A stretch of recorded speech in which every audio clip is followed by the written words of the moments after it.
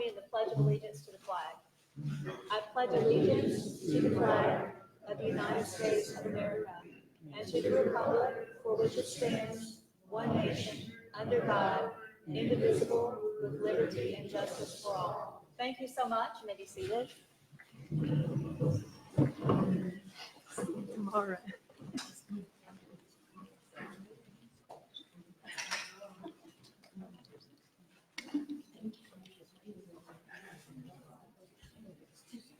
Got it.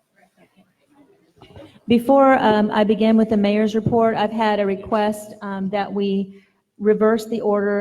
In other words, move item number 16 on the agenda to item number 12 and item number 12 to number 16. The purpose of that is because we have some canine friends with us this evening and we wanted to introduce them earlier instead so they don't have to stay so late. So is there a motion and a second we could do that? So moved. Second. There's a motion and a second that we just reverse the order of new business. Item number 12 will become item number 16 and vice versa. Is there any discussion from the board or objections? Any from the public? Mrs. Gaynor, would you please call the roll? Commissioner Russell? Yes. Commissioner Aldridge? Yes. Commissioner Parno? Yes. Commissioner Tender? Yes. Mayor Anderson? Yes, so it stands approved. The next item on the agenda is the mayor's report. I have a few items, but the first one that I wanted to share with you that I promised, we have Mr. Sean Adams with us this evening, and he's made great efforts to be here. And I did meet with him recently, and he has some ideas about transportation for the disabled or handicapped in our community. And I've agreed to read this for Sean because Sean's speaking voice is behind what he's thinking. And he is such a wonderful person to spend time with. He has a great business plan, which I'm not going to go through that tonight, but I wanted to put this out there so that some of you might contact him if you would like to help him along with this idea, the commissioners, or maybe someone from the public, an entrepreneur. So Sean, here we go, and good luck that someone hears your idea tonight, okay? Dear Lynn Haven City Commissioners, I saw Mayor Margot Anderson's Facebook video, and she was asking the public suggestions on how we can get new industries to come here and provide jobs here since that Hurricane Michael has destroyed most of our businesses.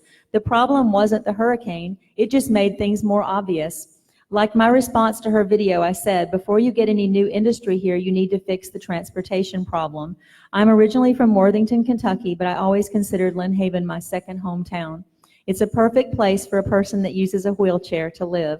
The restaurants, grocery stores, and pharmacies are easy access for someone like me there, not to mention the light traffic compared to Panama City because of beach traffic. But there are problems outside of the city limits. I attended Gulf Coast Community College and worked at Little Caesars Pizza, among other places. I had to take night classes sometimes, and at that time, Bay Coordinated, now Tri-County, would pick me up and take me home. The problem is that they transport kidney dialysis patients, and if there is an emergency with the patients, they have to wait until they're stabilized and then transport them back to where they live. Also, with the Baytown trolley, you have to wait at the trolley stop for an hour on weekdays, 2 hours on Saturdays. The trolley and the medical transportation service are both closed on President's Day when businesses and colleges are open. I have been stuck waiting on a bus that should have picked me up at 9:15 or 9:30 after a night class, or I could tell you about a couple of nights after working at Little Caesars about the bus finally picked me up at 11 o'clock or never picked me up at all. I could also tell you the times that I was on the side of the road because my batteries and my motorized wheelchair had died and I had to flag someone for help. But I'm only one person. Months before Hurricane Michael, there were 3 instances where people that use wheelchairs were hit. 2 were in Bay County, more specifically Panama City and Panama City Beach.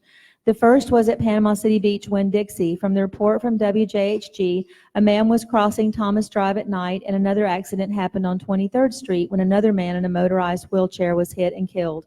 I'm telling you this to give you an understanding of the problems that people like us go through.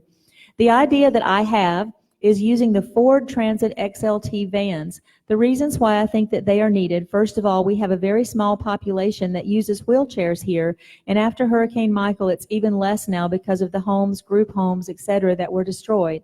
With the Ford Transit Connect, it can transport 3 or 4 wheelchairs with the seats folded down, or 8 to 10 non-wheelchair riders. Another reason is they are sitting low to the ground. Therefore, they don't require a wheelchair lift. So there isn't any way of anything mechanical breaking down on that end. A fold-down ramp located at the back door would help a wheelchair rider to get in and out of the van. Let's face one unavoidable fact. We live on the Gulf of Mexico, and we will sooner or later have another hurricane. That is a question of when and not if. When we do have another major hurricane, we need to consider how we are going to transport the disabled and elderly out of the danger zone before or after the hurricane comes. I realize that there will be times that there will be no time to get everyone or anyone out before the hurricane comes. In that case, get the taxis away from here and come back in the area once the all clear is given, and pick up everybody that you can and take them to safety. Thank you for reading this and for listening. Sean Adams. And Sean has a business plan which is available that he can give to you, and he's so pleasant to talk to. We had lunch over at K Hall's Deli and spent some time together. And Sean, I thank you for sharing, and I hope that someone who's listening to me, maybe live, or maybe one of these commissioners, maybe someone here will get in contact with you and help your taxi company come to reality. Thank you so much, and I agree that we need to move forward in another direction, okay? And I see a lot of green cards people were holding up to support you with that. And Sean really went through a lot to get to the meeting tonight with the weather and all. So thank you for being here, Sean. Thank you. Okay, Sean.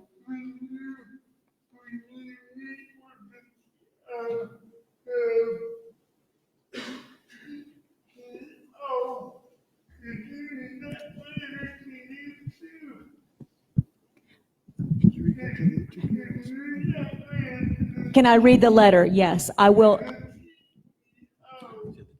Yes, I will be at the TPO tomorrow at 3:30, and I will read it there as well. I promise that I will do that, Sean. I hope to see you there as well. Okay? Thank you. That's in the Bay County Government Building where the County Commission meets at 3:30 tomorrow, Sean. Okay? All right. I'll hope to see you there. Thank you for being here this evening. And at this time, I'll move on with the rest of the mayor's report. Sean, you're welcome to stay for the rest of the meeting. If you need to move, don't feel badly about leaving. We won't think anything bad.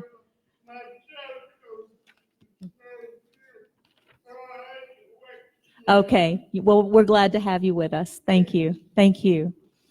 Number 2 on the mayor's report, I met with Dwayne Stevens, who is the Regional Director for Public Supermarkets. I met with him July the 12th, and we came up with a plan, and Mr. Stevens has assured me that Publix is going to provide all the food for a citywide celebration and commemoration day in Sheffield Park on October the 10th. It's when we have our celebration that day.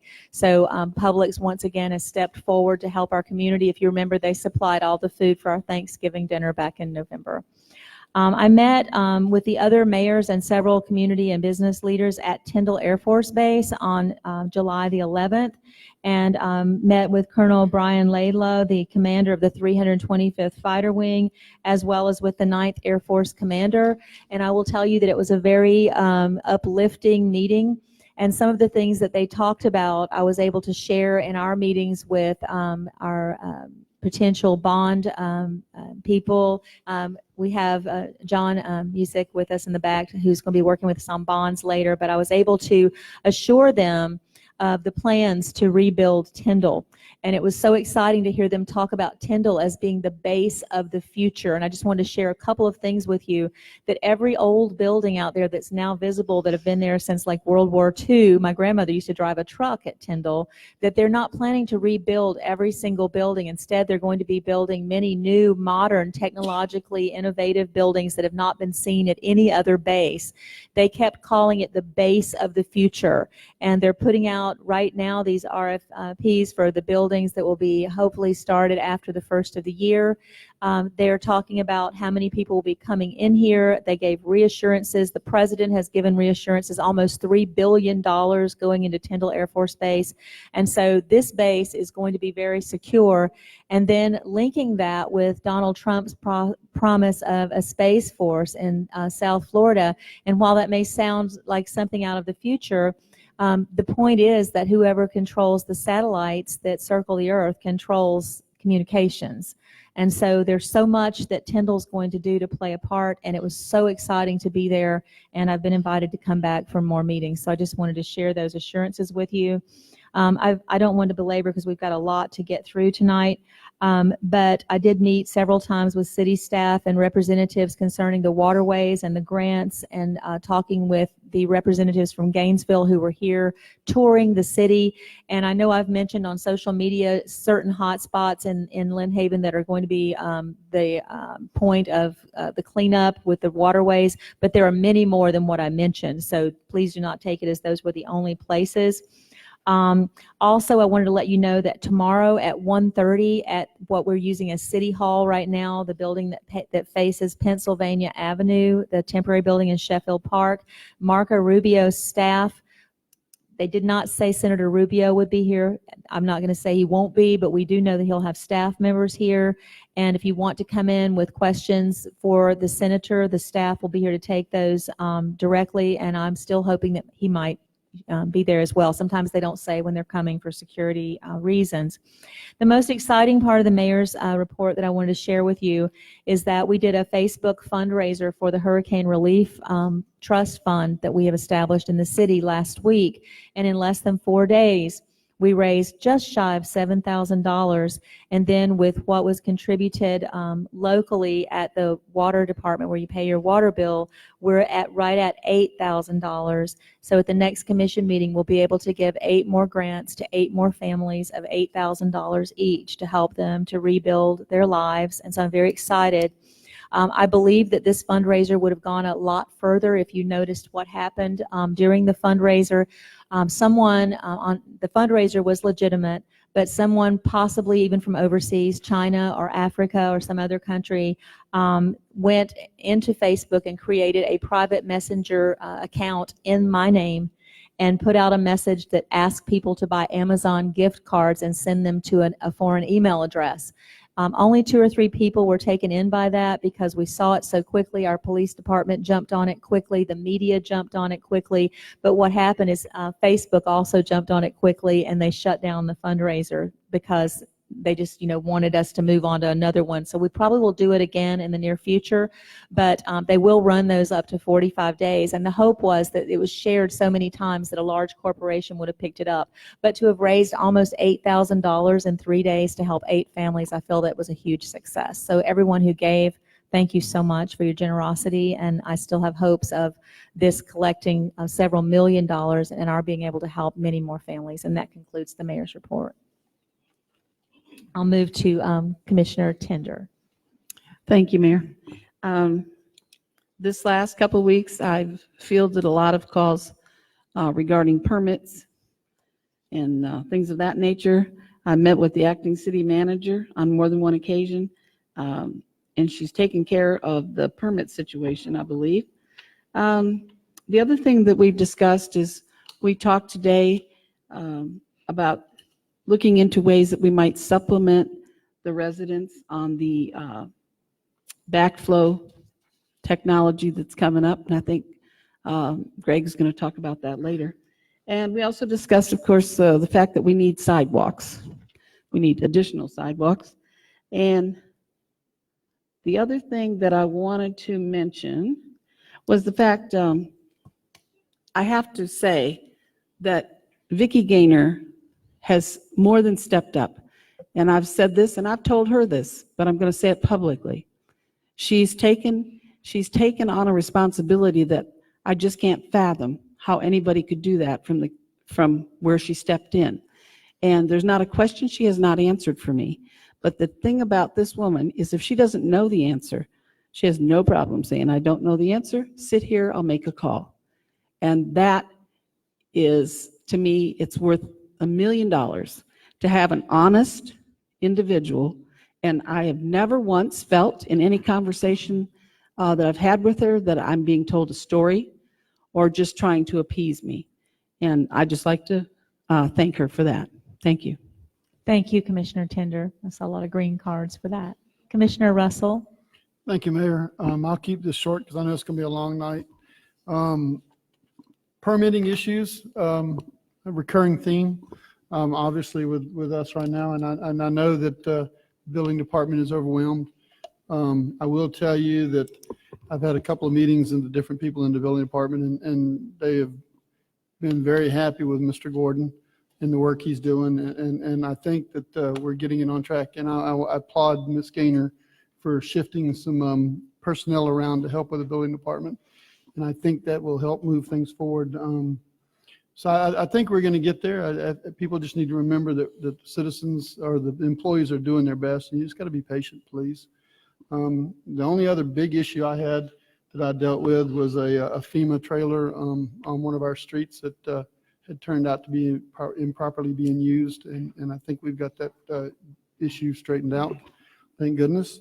And I will let you also know that I think I told you last committee meeting that I was in the process of meeting with the department heads. I've met with all the department heads now and to discuss characteristics that they were looking for the new city manager, and they've given me some real good insight. And I just want to tell all of them that are here tonight, thank you for taking the time to meet with me. And that's all I got, Mayor. Thank you. Thank you. Commissioner Aldridge? Yes, Mayor, thank you. Along with Commissioner Russell, keep it brief. We do have a long evening ahead of us. It was work as usual for the last 2 weeks. We deal with permitting issues. We deal with a lot of draining issues, especially in Old Lynn Haven, in that area.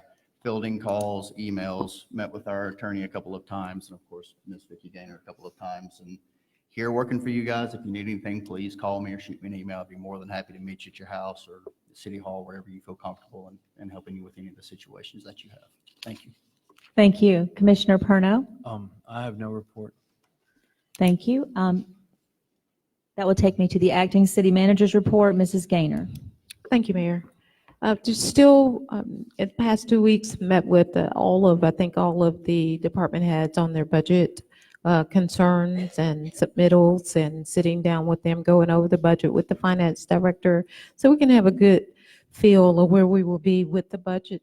Attended this community service board meeting. We've also met with the superintendent of schools, along with the CRA director and Panhandle Engineering, about the roundabout at Mosley. So we're making some progress on that. Of course, we've had several meetings about the waterways, the NRCS, and that is very, very important right now, because not only is that program going to go forward to clean out the waterways and the ditches, we want to make sure we do everything correctly. There is a lot of paperwork on the front end, making sure that we have everything in place, all the contracts, all of the documents to submit to them before we can start. So I can tell you, staff is working fiercely to get all of that done, get the scheduling done. We've met with the haulers. The haulers already know some of these areas very well, that they're going to go out and start cleaning. You know, we have kind of a target date of August 5th. Kind of look at their schedule, because we do have to submit a plan and a schedule to NRCS.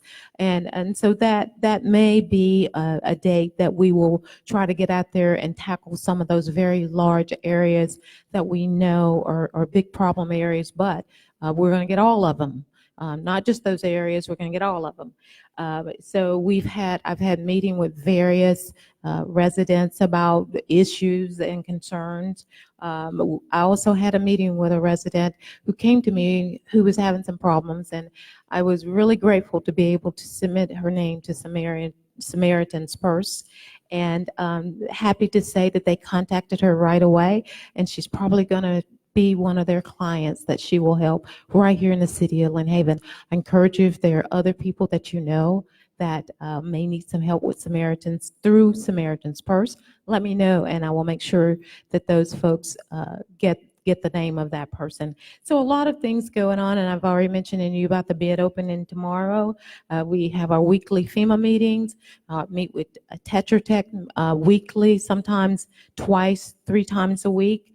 And we had the emergency preparedness event on Saturday. It was very, very enlightening for a lot of people, but we also had with that was our shot clinic. And we had tons of pet owners to come out. We raised over $2,100 just from that Saturday alone. So at this point, just from these 3 shot clinics, we had a total of about $6,500 that we've actually raised. And so that's been a really great thing that we've been able to do for the community. And I will tell you, it's just not City of Lynn Haven. We are getting people from all around. So I commend David Horton and Ramona Bibbs for pulling this together, being out there every Saturday to help pet owners get their pets up to par.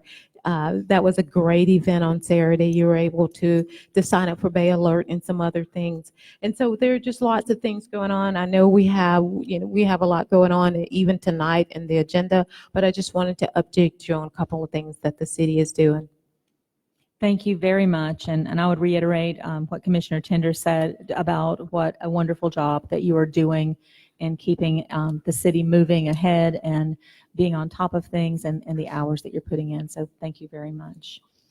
At this time, I would move to number 6 on the agenda, which is the city attorney's report. No report at this time, Mayor. Thank you. And then item number 7 is public commentary. This is a time where you may speak to the commission on any issue that you would like. I would remind you, if you want to speak on one of the items on tonight's agenda, that I do give an opportunity as we go through the agenda for you to speak on each item. But if there's something you'd like to talk about, please approach the microphone. I've got Mr. Schultz. I'm sorry. I thought I recognized you. I'm sorry, sir. It's Bob Schultz, 509 Pennsylvania Avenue. Just something I thought you guys might like to hear.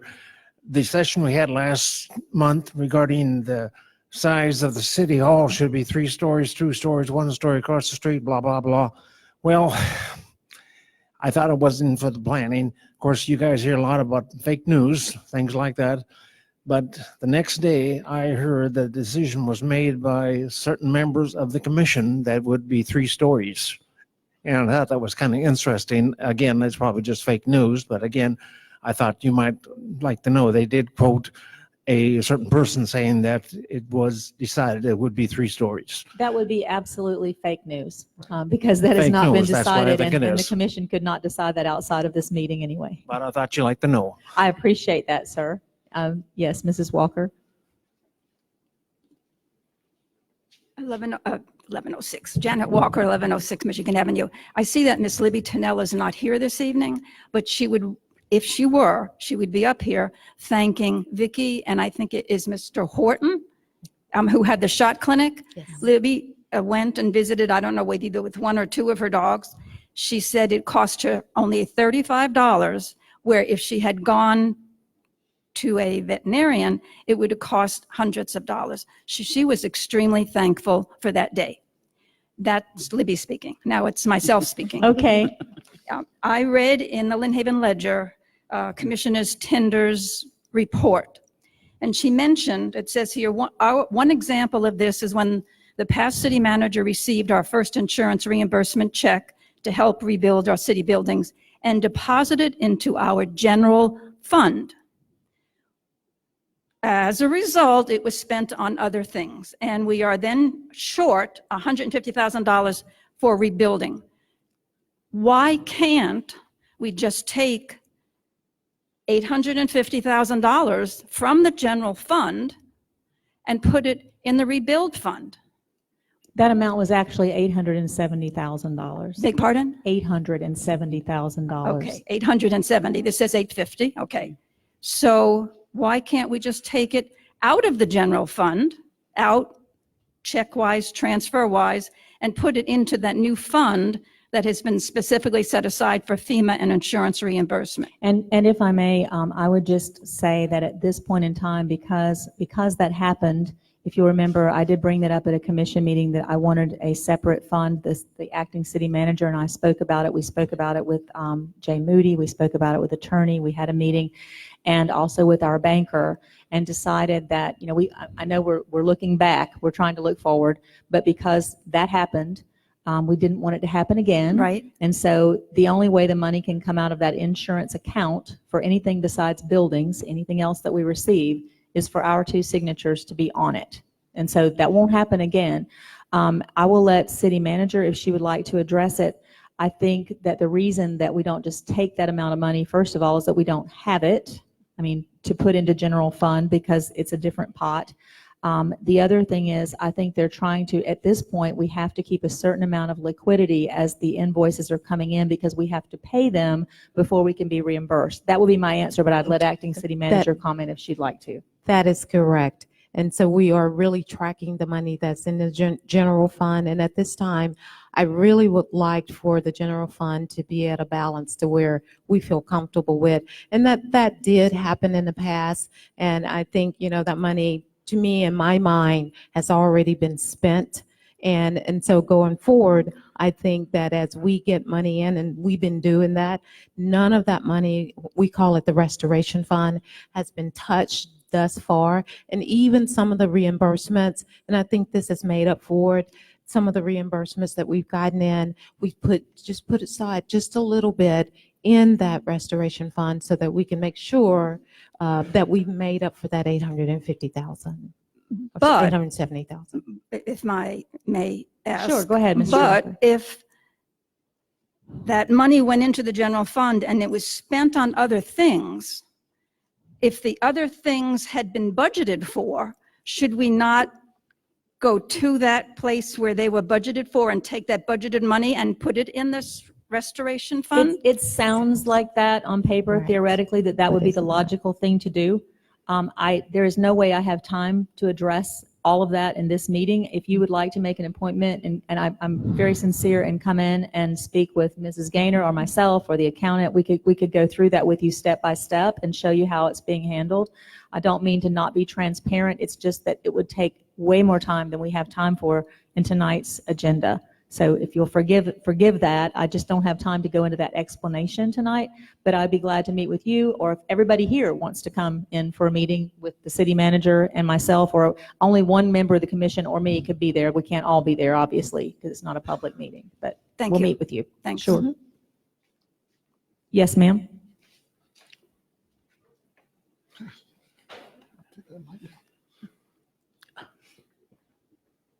This is my first meeting, so I didn't realize earlier that was just for the That's okay. senior center. No So problem. I did the same thing at a Triumph meeting. Don't feel bad. Okay. Go ahead. So the makers is not for the senior citizens. I mean, it could be, I guess, but I was wanting something for the whole city. Just the general population? Yes, the Sure. general population, a place where we could go make things, have stuff there and available, and just put the idea on the table. So just wanted to clarify that in case I confused somebody. It's a fabulous idea. It's a great idea. I think you've got a lot of, anybody else on the commission want to comment on that? I'm sorry, I didn't mean to be the only one. I love the idea.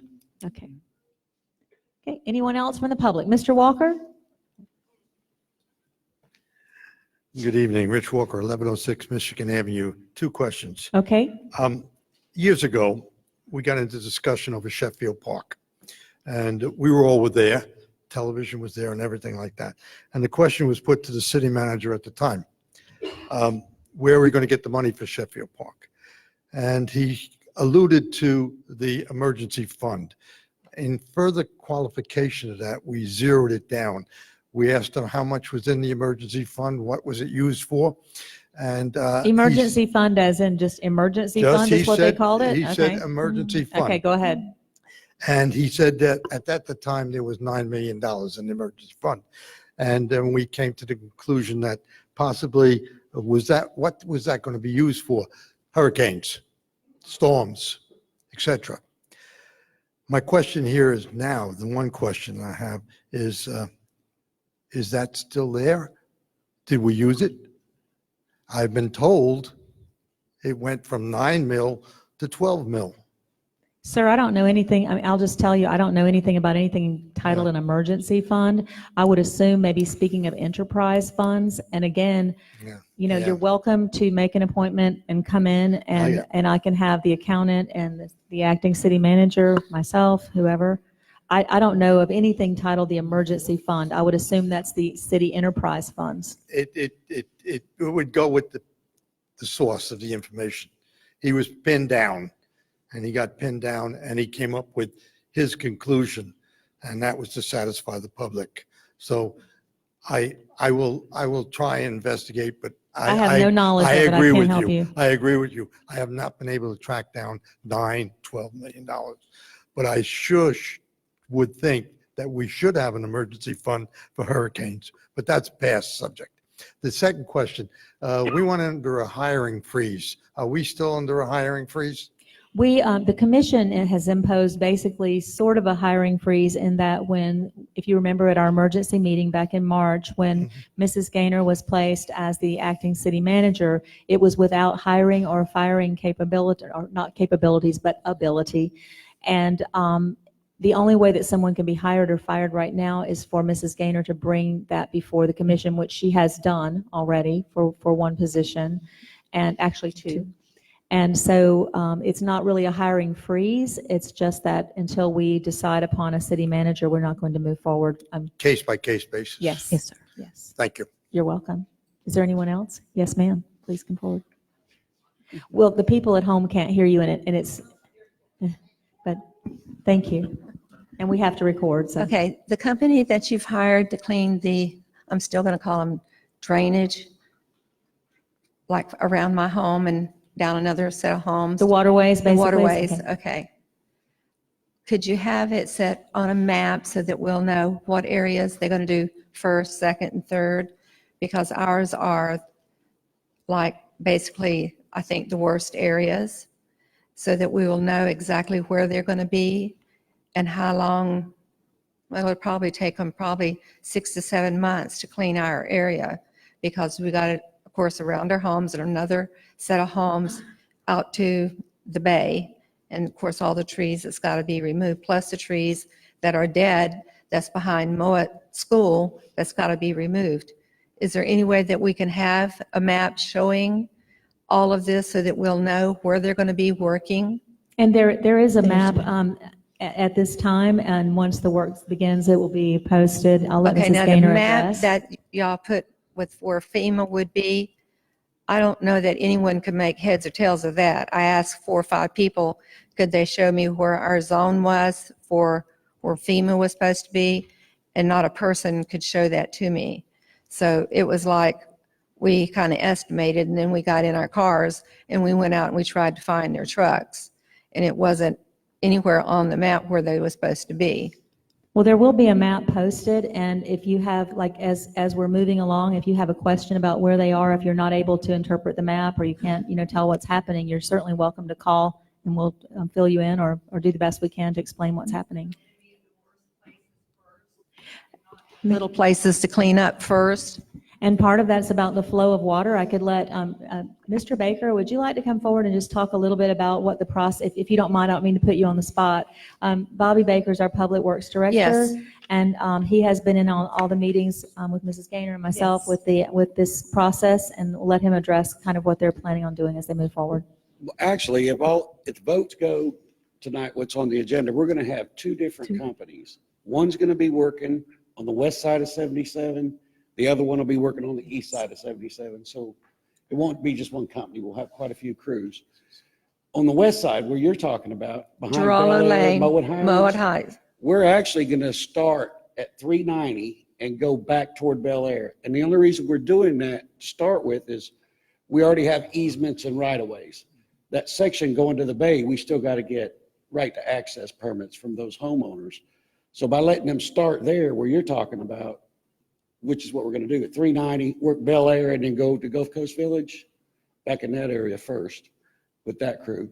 The west side, we're going to actually start behind Pine Forest. There's a couple Right. of large ditches that we need to get on Pine Forest first. So that's the initial plan startup date, which Is hopefully is going to be August 5th. which is going to be in August? August August 5th 5th. is our target date. August 5th. Yes. Okay. I can't think of the people that's going to be here tomorrow. We're talking about Senator Rubio's staff? Yes, Is that what Senator you're? Rubio's people are supposed to be here tomorrow, and I'm supposed to meet with them. And they asked me if you would be there for sure, so that you can show them some of the, I've already took major pictures, and I have that of the ditches and stuff that is just full of trees, because that was one of the things that they needed to see, because like I told them, we're in trouble. We don't have. Ma'am, the city has submitted hundreds of pictures, photos of all the drainage ways. And last week, when the representatives for the grant were here from Gainesville, Mr. Baker and other staff members did take them on a tour, and they saw firsthand. So they have seen it. And tomorrow, you're welcome to come at 1:30. Oh, no, I'm the one who called them and asked them to come. Okay, well, you're welcome to And- come in Oh, and no, be I'm in, gonna, they're I'm going to gonna be in be our. here because they're expecting me to be here. Okay, well, good. And But I'm if I may, asking- ma'am, Right. at 1:30 tomorrow, they'll be at the City Hall. Right, And you are welcome to be there to meet with Right. them, as all residents are. Right. Whether Mr. Baker is there or not would be his his I should prerogative. be I available. request Okay. Mr. Baker, reason why is because he knows, Mhm. and they would like to see the drainage going out of our area, because I have explained to them in writing, and I've talked to them fully between Ron DeSantis and Rubio, and DeSantis will be coming because our request. Okay, if we could, I appreciate all of that. I know, So I know. we That's not have to what this move is along about, with, I'm we have sure. 3 minutes for each person, Right. and we've I'm gone just well beyond. I will requesting be him there. tomorrow. Thank you, Mr. Baker. Mr. Baker said that he would be there He'll be there. tomorrow. Thank you, Bobby. I appreciate that very much. Is there anyone else who would like to speak this evening? Yes, sir. Brad Yunt, 210 Lakeview Terrace. I've got a simple question Okay. regarding the internet issue with the Facebook page Yes. and the fraudulent fundraising. Yes. My question is, which branch of law enforcement owns the investigation and the prosecution of that issue? Okay, Chief Ramey, could I ask you to come forward? Because I started with Chief Ramey when I first discovered it was happening, and I'll let him move from there. We did the initial investigation and found out where the source was, and it's out of the United States of America. And if I could count the number of these cases in the last 15 years we worked, you can send it to the FBI and everybody. The easiest thing to do is to shut it down and shut it down through Facebook, because most of the time it's coming from one of the countries in India, Asia, things of that nature. So it's very difficult to narrow down, So it should start local. just like we did it immediately, yes, sir, to shut it down. Mhm. And also, if I may, Mr. Yunt, I just wanted to say that the fundraising that we did on Facebook, Facebook does a great service in that if you are a 501c3 charity, they list that on Facebook. They don't take any fees out, and as the money is raised, they send that money directly to that charity within 2 weeks after it's raised. In fact, Mrs. Gaynor said we're already receiving it. And so the fundraiser itself was not fraudulent. Facebook just stepped in and stopped it to make sure, because what happened is someone saw how quickly we were raising money, and so they decided they would jump in, and unfortunately it stopped it. But as far as I know, there were only 3 people who actually bought into it. They've contacted me and they told me that they really didn't spend that much, and they, I'm just happy it didn't go any further than it did. It's really sad when someone steals your name to try to raise money for a good cause and use it for, fraudulent terms, but it made me feel terrible. Ma'am, you have to be recognized. I'm sorry. I'll be glad to talk to you after the meeting, okay? No, what I'm saying is you had already spoken. Is it about this? I'll allow it. Go ahead. Go ahead. The scam was about the beginning, what it was about. Okay. Only Well, since we've already addressed it in the meeting, if you don't mind, I'll be glad to speak with you afterwards, and my phone number's listed. Oh, no, I'm not forgetting it. I'm just being polite to the rest of the room. If you'd like to call me, my phone number's listed, and I'll be glad to. It takes a while. Okay, fine. Is there anyone else who would like to speak? Yes, ma'am. I'll make this short. You can use this one. So you don't have to walk all the way over there. Well, my comment actually is about the website, the Sure. official Lynn Haven, City of Lynn Haven website. Go ahead. It has not been updated since, I think February, something like that. We can't see the city council meetings on that website. We don't have contact information for the commissioners, or for at least a few of them. And I would like to have all that information, the email and telephone numbers of the commissioners, so that they can be reached. And what I would say is that the website was just relaunched. It's a new website. And I've I made a personal, it was not a complaint against our staff, but against the No. developers who developed the website, that you have to go through 3 or 4 steps to even find the commission and the mayors on this. And you also can't, some of the information was dated. And so the city staffers, Catherine Gay and the others, are working right now to correct that. And we'll be getting with those developers to fix it. Thank you very much. I wanted to address it before, but there was so much hurricane stuff that seemed so important. But I think it's so important for people to be able to see what's going on in Lynn Haven. Absolutely. Thank you. Anyone else? Did I overlook anyone? Okay, moving on then from the public commentary to the consent agenda, which is number 8. This is only the minutes from the July 9th regular meeting. Is there a motion to approve the consent agenda? So moved. Second? There's been a motion and a second. Is there any discussion, corrections, or deletions to those minutes? Appear to be none. Any discussion from the public? Mrs. Gaynor, would you please call the roll for approval? Commissioner Russell, Yes. Commissioner Tender, yes. Commissioner Parno, Yes. Commissioner Aldrich, Yes. Mayor Anderson. Yes, and so the minutes from the last meeting on July 9th stand approved. Under old business is number 9, the second and final reading of ordinance number 1077, requesting a small-scale future land use map amendment, SSA-19-2, low-density residential to mixed use. And there will be action required on this. This is a public hearing, and so I'll need to state the time of opening and closing. I apologize, but I don't see a clock. So it is 7:30 Central Time, and this public hearing is open. Is there anyone from the board who would like to speak? And before I ask anyone from the public to speak, I forgot to ask Mrs. Gaynor to actually read the ordinance, so let me do that. Please go ahead. Thank you. Thank you, Mayor.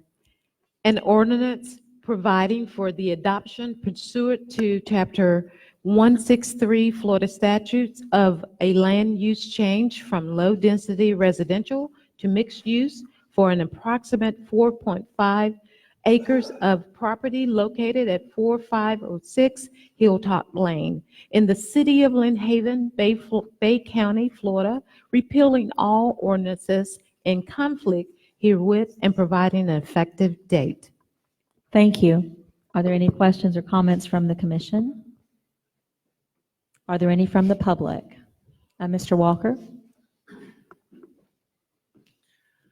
Rich Walker, 1106 Michigan Avenue. In the last commission meeting, the first reading, your usual attitude is to allow us to speak.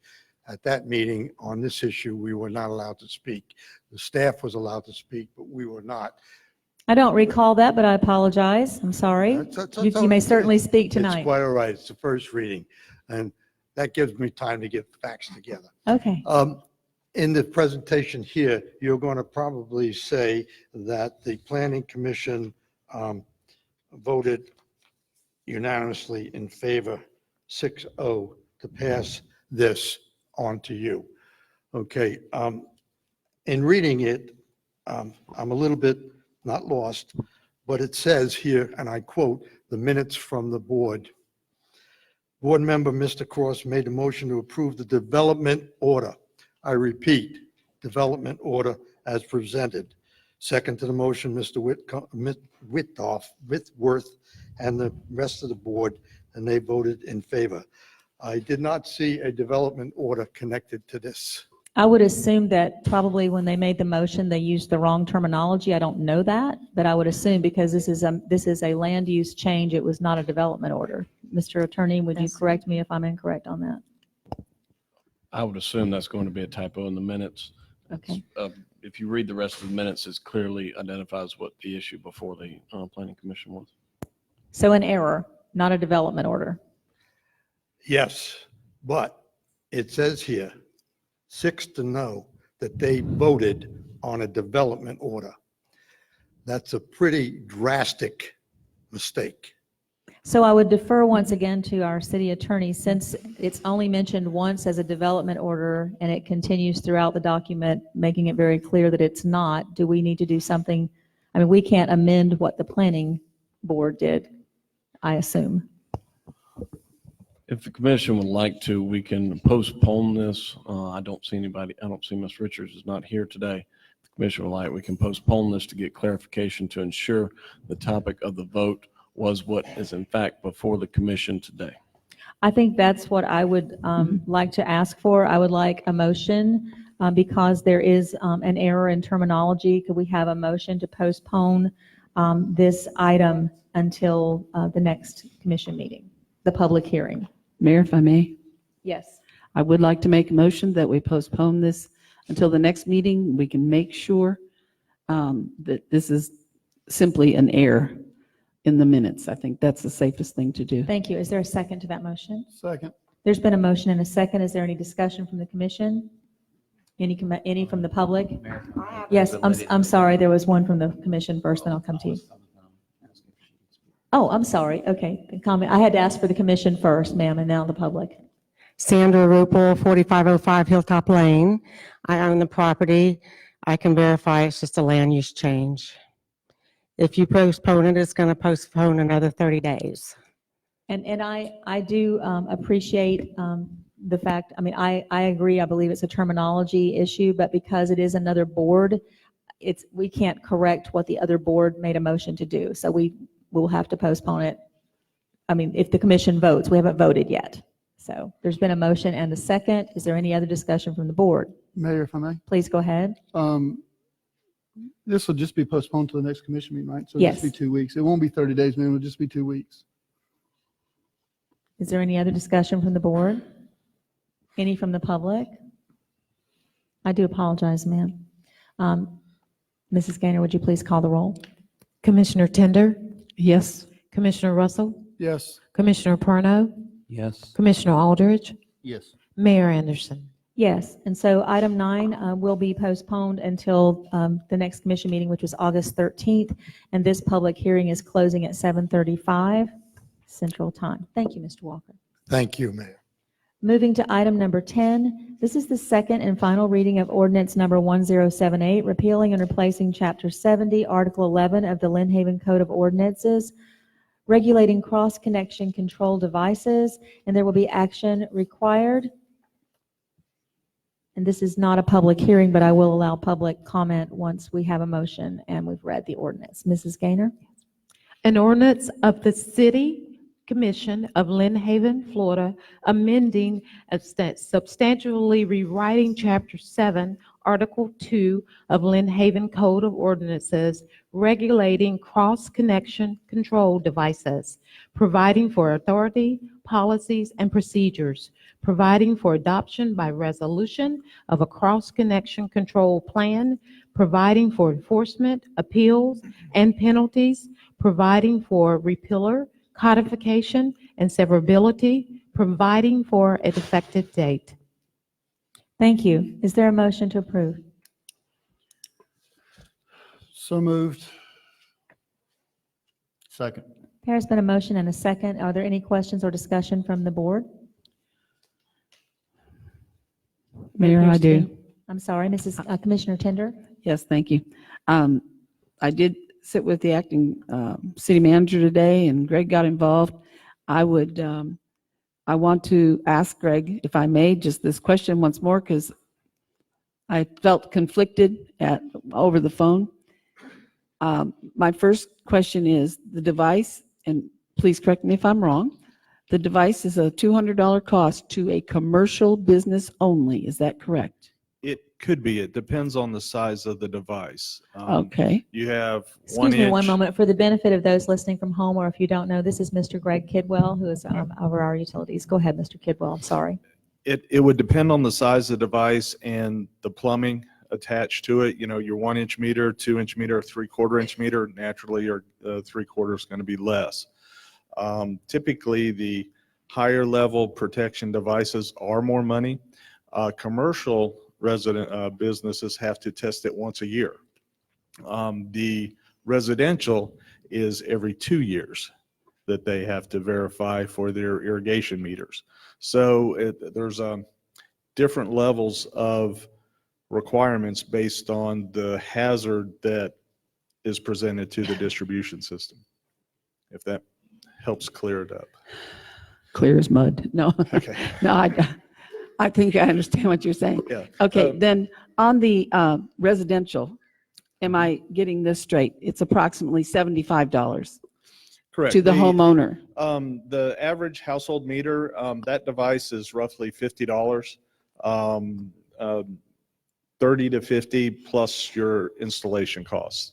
So I would feel comfortable in saying it'd probably be around under $100 for a residential device to be changed out. Now, a residential irrigation meter is going to be a little more than that because there's a higher level of protection that's required.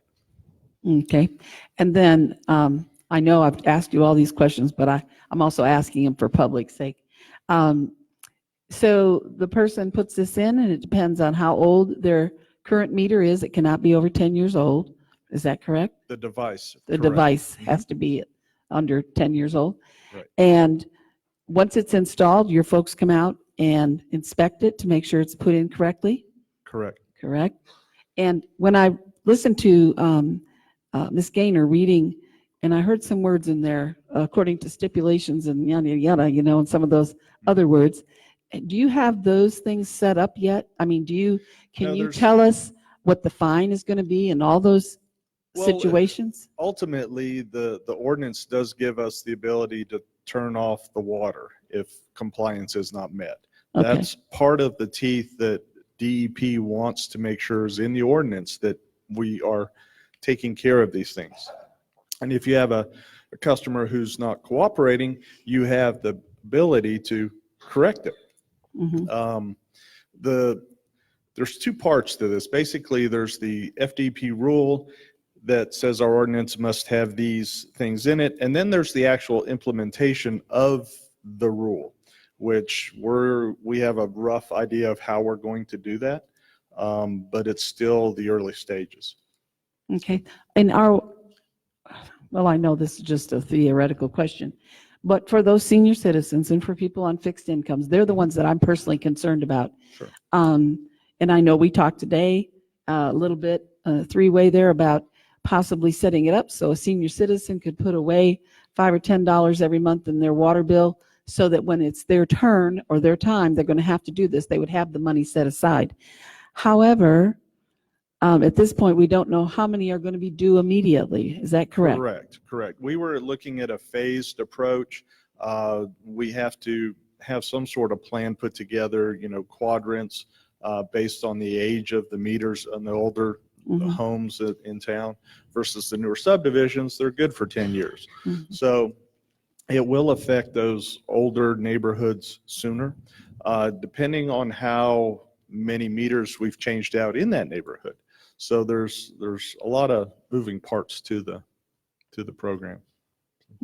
And I have just one or two things these are rhetorical questions, but for the sake of those who are here, first of all, this is not something that has been imposed by the city. This is something that the city is doing to comply with Department of Environmental Protection. Correct. That we have to phase in and to meet the stipulations that they've given to us. And another possibility is that it's not that the entire city has to meet compliance immediately. Exactly. As Mr. Kidwell was saying, this will be a phased-in process.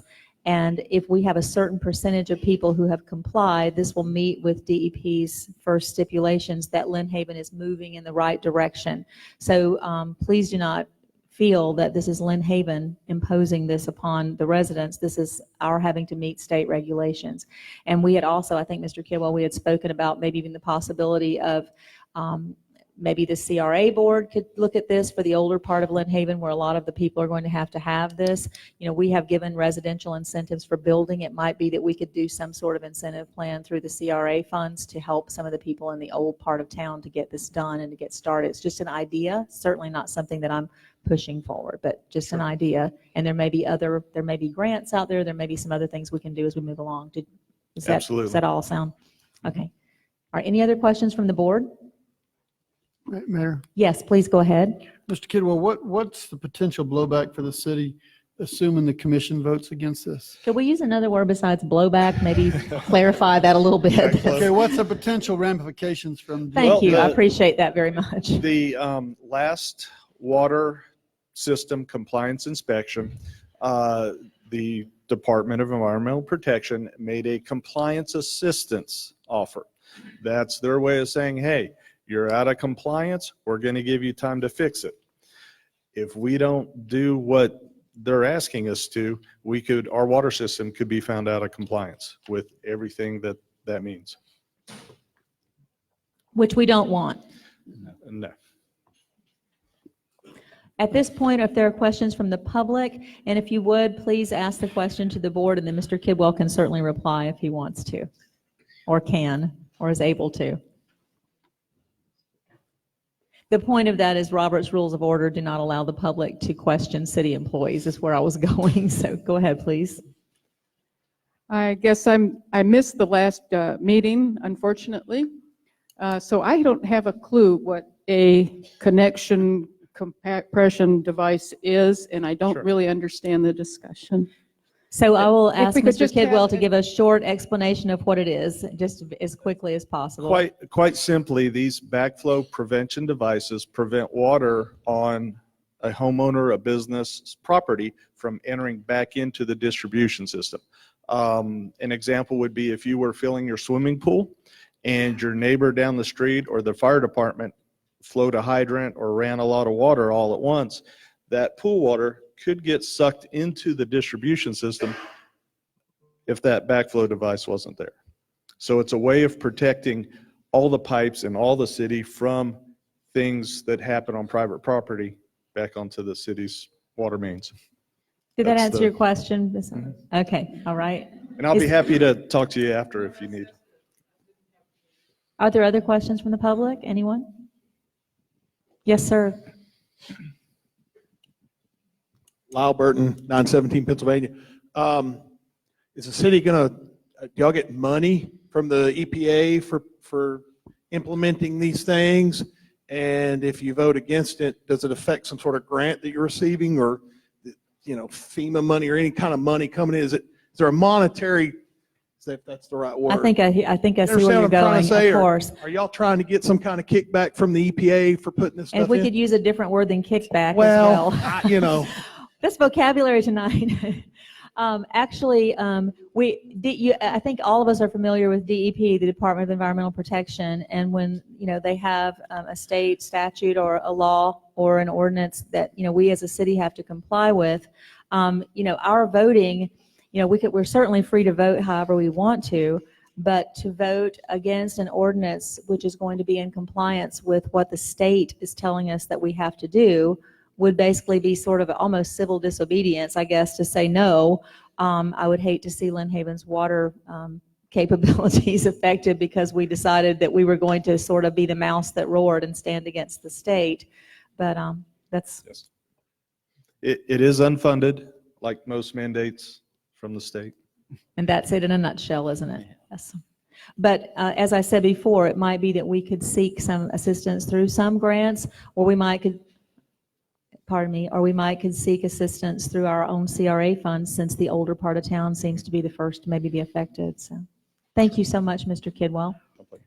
And Mayor, if I may. Yes, please go ahead. I just wanted to say, this could be one of those things where we cleaned up every weekend. We could get us about 20 plumbers and have them donate their time, go around on a Saturday. They could probably hook up 300 of them. It's a great A suggestion. volunteer program. Is there any other discussion? Okay, we've had a long discussion. Did I ask for a motion in a second? I believe I did. Mayor, you have, but in the meantime, I recognize there's a difference between what we read the first time and what we're reading today. Yes. What we read the first time would be the correct version, so I'd ask that with the allowance of the mayor that I be allowed to read the correct Yes, please. heading. And it's just the content's the same, but there's some technical differences. There's so much between the two. housekeeping tonight, but please go ahead. Thank you. Ordinance number 1078, an ordinance of the City Commission of Lynn Haven, Florida, repealing and replacing Chapter 70, Article 2 of the Lynn Haven Code of Ordinances regulating cross-connection control devices, adopting a cross-connection control plan, providing for authority, policies, and procedures, providing for adoption by resolution of a cross-connection control plan, providing for enforcement and appeals, providing for repealer, codification, and severability, providing for an effective date. Thank you. So now the correct version has been read. It's just a little bit different and it doesn't really mean anything different. I don't think it was just a matter of syntax, was it? The correct version. I just didn't says- want the audience to think we were The pulling a correct version fast one says here. repealing and replacing instead of amending. Okay. And when you're drafting ordinances, there's a big difference between repealing and replacing and amending. As far as the technical, there's no underlines. When you amend, you have to underline and strike through. So are we amending or replacing? Replacing. We're replacing. So everybody's clear. So could I have a motion that we, a motion that we accept this ordinance as the attorney just read it with the correct word used? So moved. Second. Thank you. There's been a motion and a second. Is there any further discussion from the audience? Does anyone feel that we're trying to pull a fast one up here? Nobody? Okay, good. All right. If the commission will vote, Mrs. Gaynor, would you please call the roll? Commissioner Russell? Yes. Commissioner Tender? Yes. Commissioner Perno? Yes. Commissioner Aldridge? Yes. Mayor Anderson? Yes, thank you. Moving on to item number 11. This would be Commissioner Tender's item. This is a continuation of a discussion that we began at the last commission meeting. Commissioner Tenders had asked that we consider a forensic audit for the city of Lynn Haven. Commissioner Tender, did you have a report, an update? Well, yes, Mayor, thank you. I have contacted one local firm and two that were out of state. And our homework, if you will, was to try to get a cost factor on what it would cost to conduct a forensic audit for Lynn Haven. They hold the price very dear to their heart, and they don't like to share how much they charge per hour. I will say this, what I found out from the three folks that I talked to, they said that the first course of business, if you are even considering a forensic audit, is to have our city manager create a motion of protective order of all and any documents, not allowing them to be purged, destroyed until further notice. They all said that would be the first thing to do so that all of our documents are very secure and nothing can happen to them. We save documents back to 5 years and some at 10. My suggestion to the commission would be to go back 5 years, but I would like to do it because I could not get any cost factors, and maybe some of the other commissioners did, and that would play a different part. But if they got what I did, what I would like to recommend is that we do this in bits and pieces, little tiny pieces, and then come back and vote based on what we were charged for the very first thing that we asked them to look into. And if it's too much, we can shoot it down right then. And if it's not, or if they find things and say this is going to be extensive because of whatever reason, then we can vote on that at that time. But, and I do have a couple things that I would recommend we look into. And one would be, I'd like all purchase orders and checks paid out be matched up. And I would like this to include the time before we used computers 5 years ago when we were still running our city pen to paper and we didn't keep track of anything on computers. I would like us to have them check into providing a list of projects that were performed by outside vendors that have been paid for and completed, and find out how much those projects actually totaled on their invoices. That would be my second thing. And then the last one would be to, I would like funds that, incoming funds that were intended or dedicated for a particular use, I would like those looked into and to verify that those funds went into that, what they were earmarked for, into that category, and if not, where they were spent. Those three things, in my opinion, is where I would like to start. But that's just what I found out, so I'm anxious to hear what everybody else found out. Thank you. Thank you, Commissioner Tender. Is there anyone else who would like to speak on this issue? Mayor, I too have done some research. Obviously, you know, I'm running into some walls just like Commissioner Tender has. The best I can find is it depends on the scope of work and the number of years you go back. The going rate that I have come up with is $300 an hour, billable hours for the accountant to do the work. And the numbers I'm hearing is a 5-year audit, depending on the scope of work, you could look at up to $300,000 for a full forensic audit. I don't know how the rest of the commission feels, but I don't think we have $300,000 to spend right now personally. But again, that depends on the scope of work.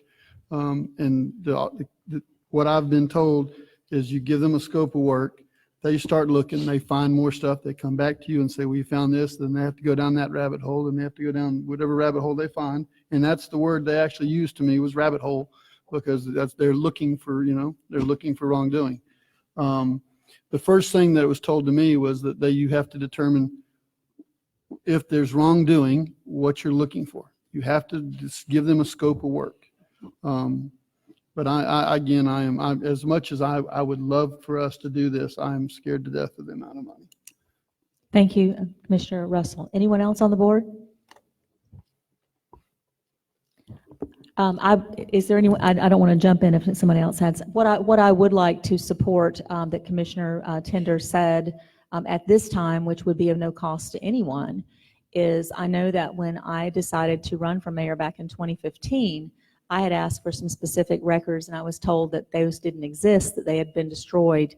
And so I did agree with what Commissioner Tender just said, that we could vote as a commission that whatever paper records that we have in our possession right now, that even if the 5-year mark has passed, that nothing else in this city gets shredded, that we keep those records, whatever has survived the storm, whatever we have, and that nothing else is destroyed in this city. I don't know whose idea it was back in the day to shred papers because they were 5 years old. Thank you. I think the audience agrees with that too.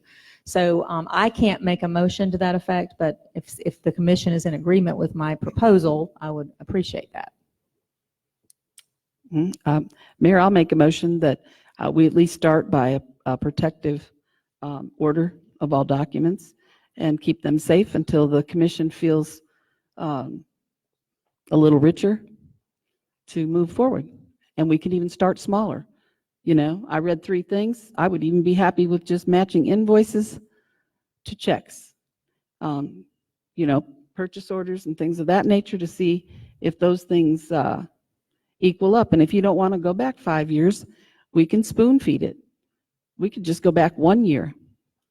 And then after we find whatever we find, we could go back 2 years, whatever it takes. So if you, your motion. I know, now I've just talked through the whole motion. What I had proposed was that whether if we have any records, which I sincerely doubt, that are 10 years old, but if we do, I would propose that those not be destroyed either. Whatever we have on paper in this city right now, I'm asking if the commission is in agreement that there might be a motion and a second to keep everything we have preserved until further notice. I'll second the motion that we preserve. Well, I didn't make a motion. She didn't vocalize it quite like that. I went on and on.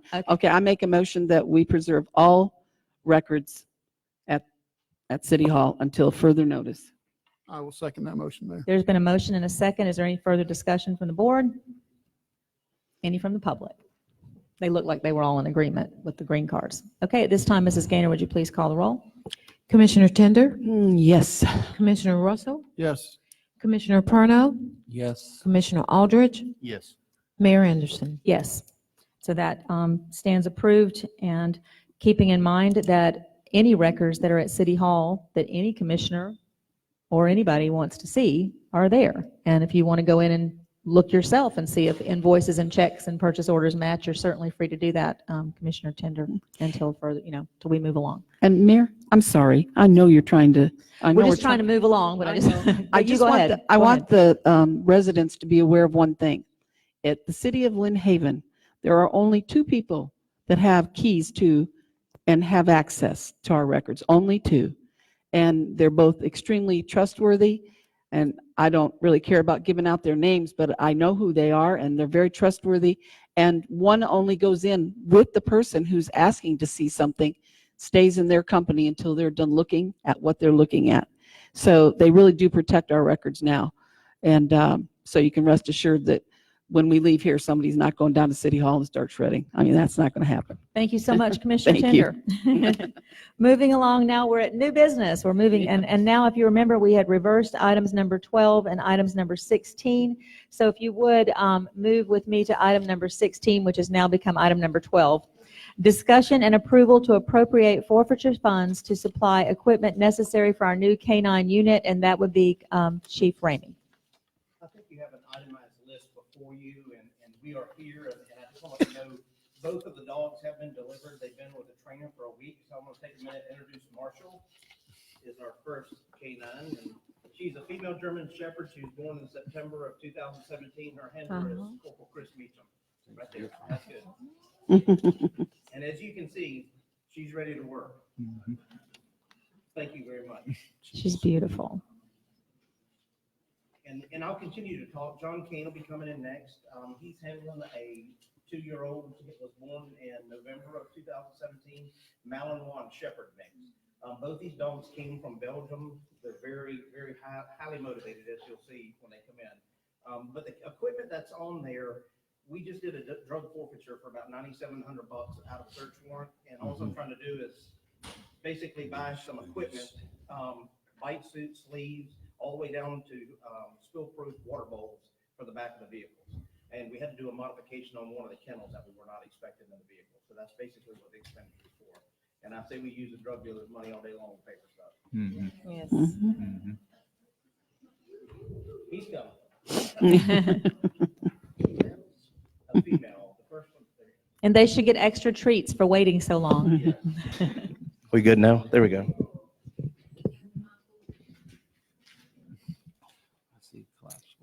Is he coming? Choke harness. Yeah. And it'll take about another 300 hours, so you'll know, to get them patrol certified. They have 3 odors under their belt right now. I did not expose them to marijuana because you can never take an odor from a dog. And I'm sure you see what's happening with legislation. We will probably have the only 2 certified dogs in the county that do not have that odor. So they'll be used quite a bit once laws start taking effect and things move forward. Because you can't tell them how much THC they can smell.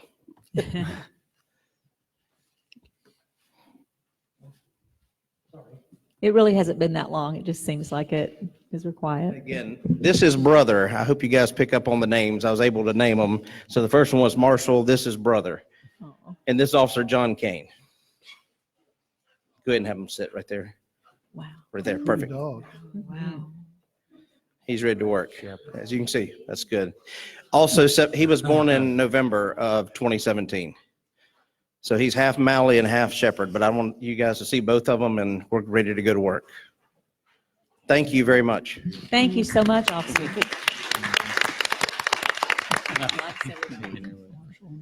Thank you, Chief Ramey. We're so proud, and there's no, we need a motion for approval to appropriate the forfeiture funds to supply the equipment necessary for our new K-9 unit. So moved. There's been a motion. Second. And a second. Is there any further discussion? Any from the public? Yes, ma'am.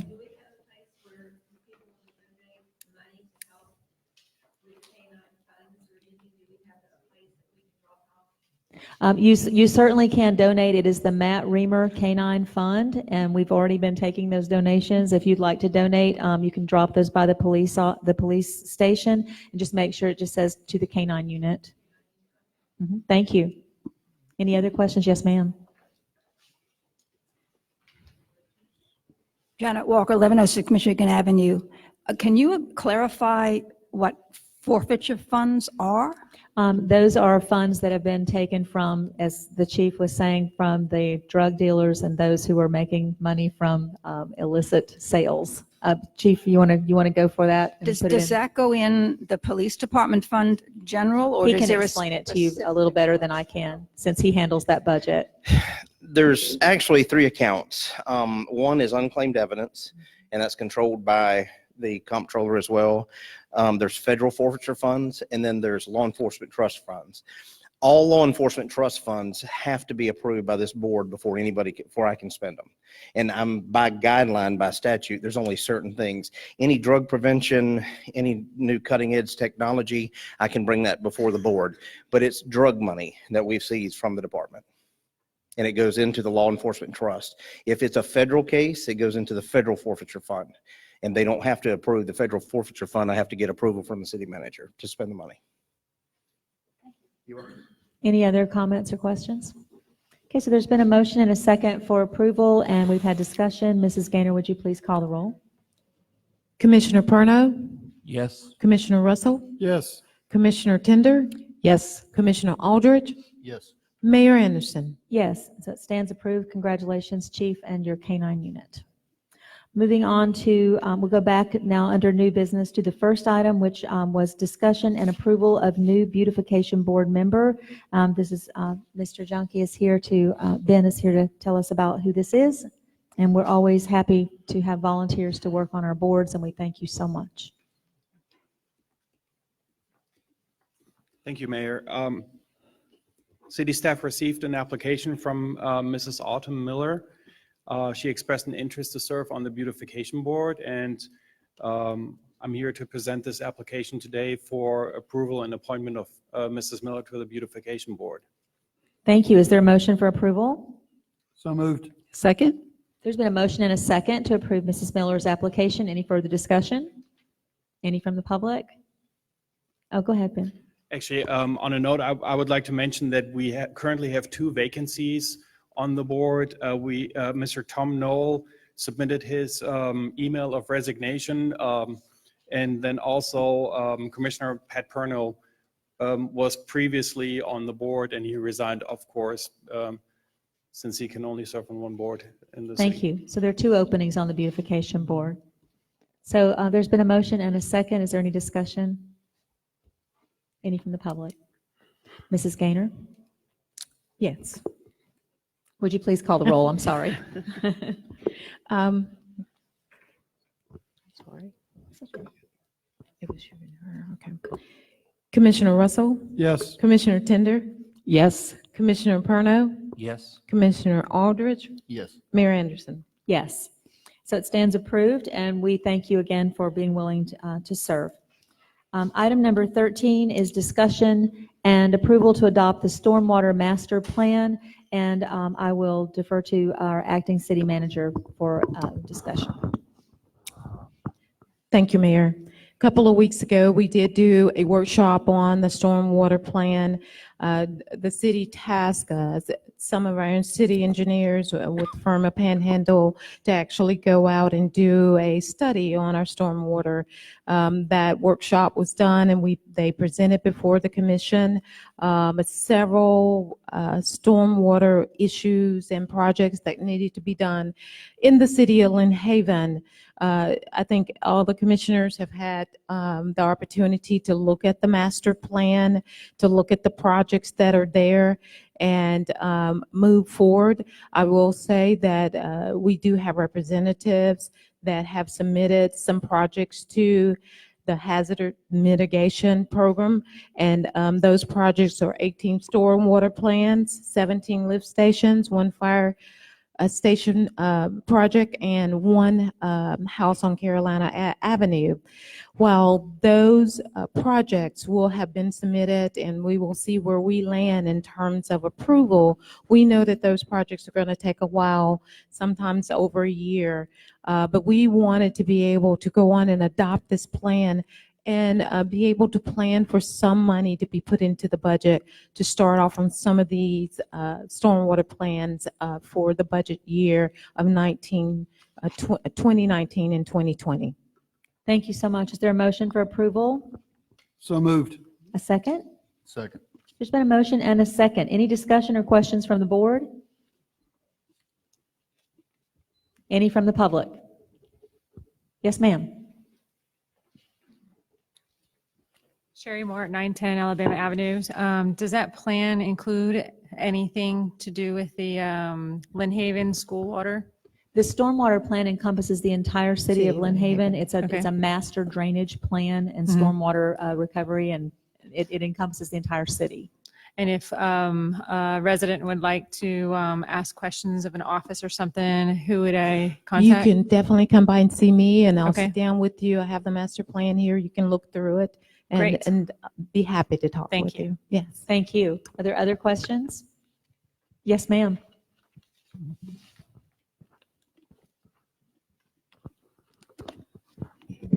Likewise, I would like to know,